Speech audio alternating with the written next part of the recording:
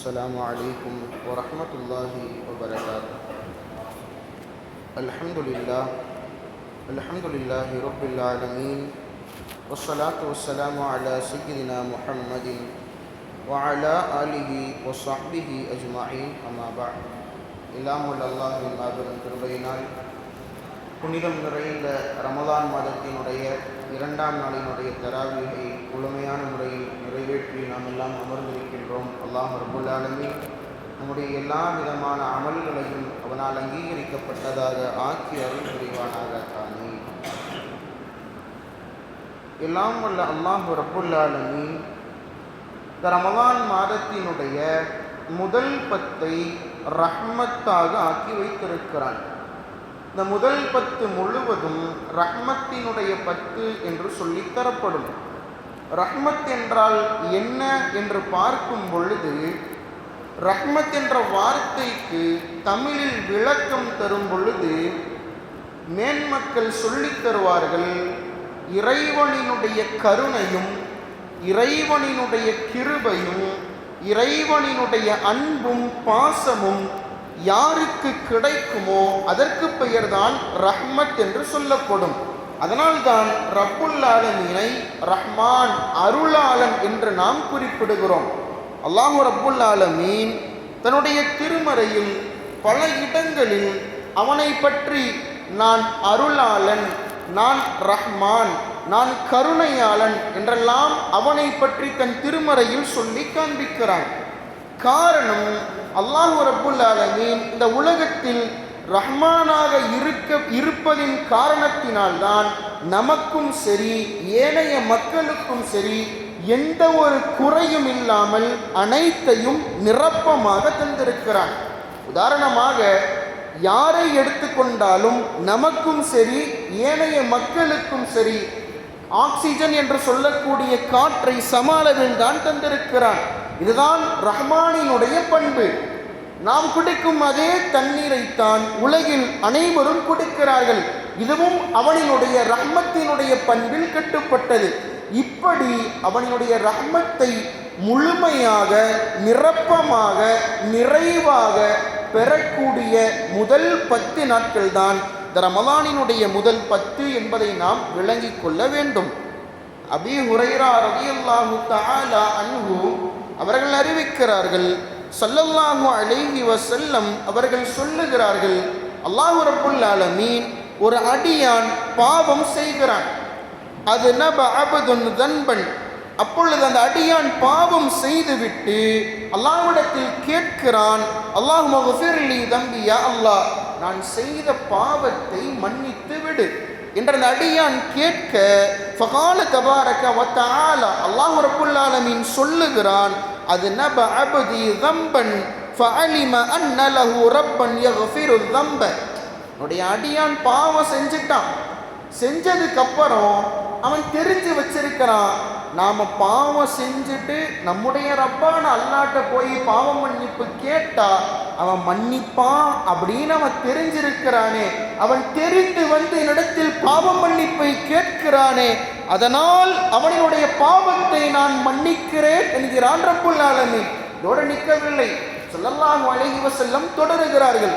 ஒரு பாவம் செஞ்சா அல்லாஹ் மன்னிச்சிருவான் அவனுக்கு தெரிஞ்சிச்சு, அல்லாட்ட மன்னிப்பு கேட்டான், அல்லாஹ் மன்னிச்சிட்டான். 2வது முறையும் அதே தவறை மீண்டும் செய்கிறான்.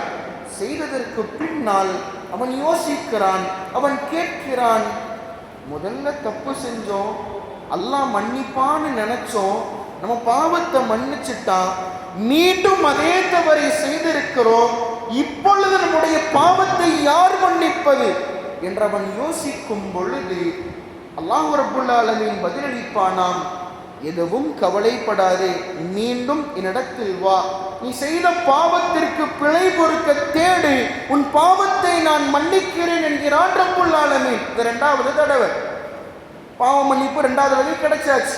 3வது முறையும் பாவம் புரிகிறான், பாவம் செய்கிறான்.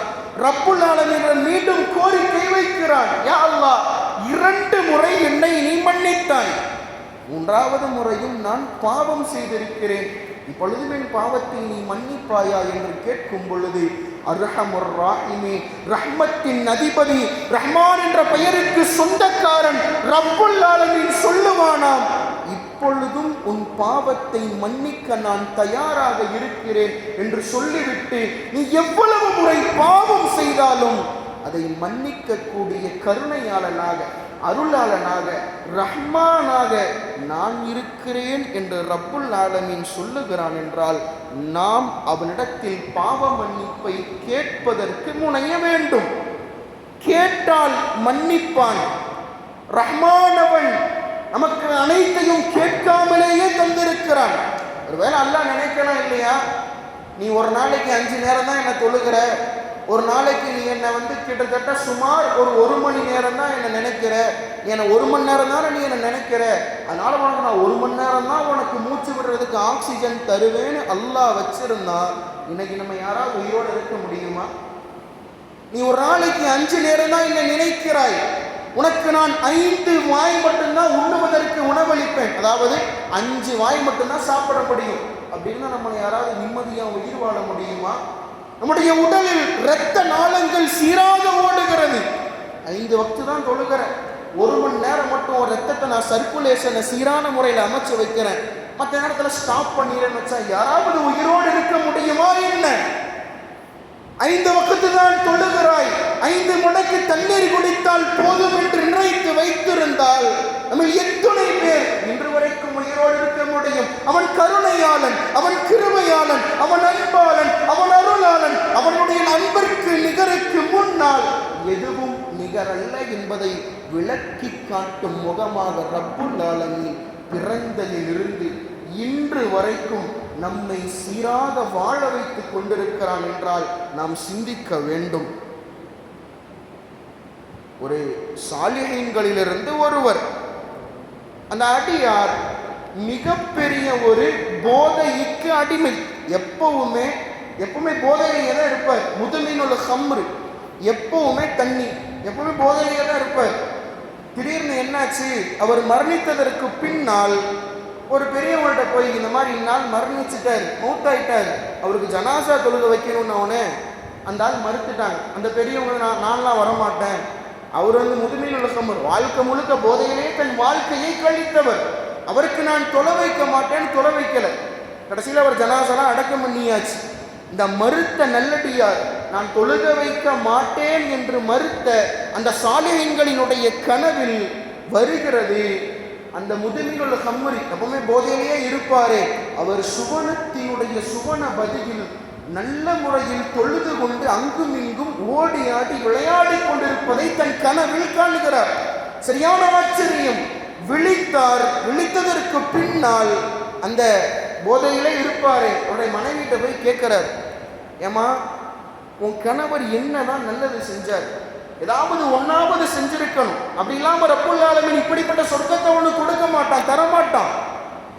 சதா நேரமும் போதையிலே தன் வாழ்க்கையை கழித்தவர் உன் கணவர். எப்படி அவர் சுவனத்திலே சுவன பதிலிலே சந்தோஷமான முறையில் ஓடி ஆடி விளையாட முடியும்?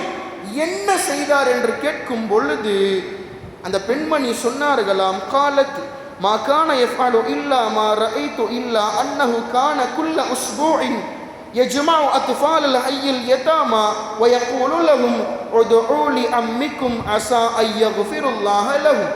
ஏப்பா, அந்த எப்பவுமே தண்ணியிலே இருப்பாரு, அவர் என்ன பண்ணுவாராம், ஒவ்வொரு வாரமும் ஒரு எத்தீம்கள், அதாவது தாய் தந்தை இல்லாத ஒரு குழந்தைகளோட ஆசிரமம் இருக்கும், அங்கே போவாராம். ஒவ்வொரு வாரமும் அந்த குழந்தைகள் எல்லாம் கூப்பிடுவார்.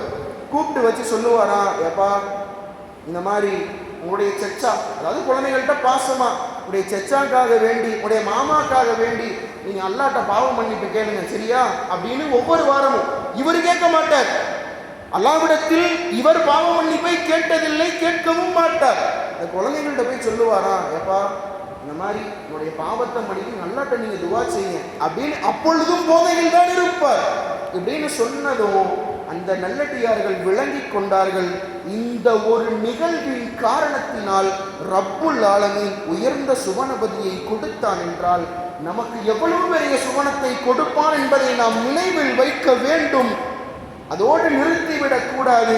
எதையெல்லாம் ரப்புல் ஆலமீன் செய்ய சொன்னானோ எதையெல்லாம் ரப்புல் ஆலமீன் செய்யக்கூடாது என்று தடுத்தானோ அவை அனைத்திலேயும் நாம் சரியான முறையில் வாழ வேண்டும் என்பதை கூறிக்கொண்டு என் உரையை நிறைவு செய்கிறேன். வாஹர் தஅவானா அல்ஹம்துலில்லாஹி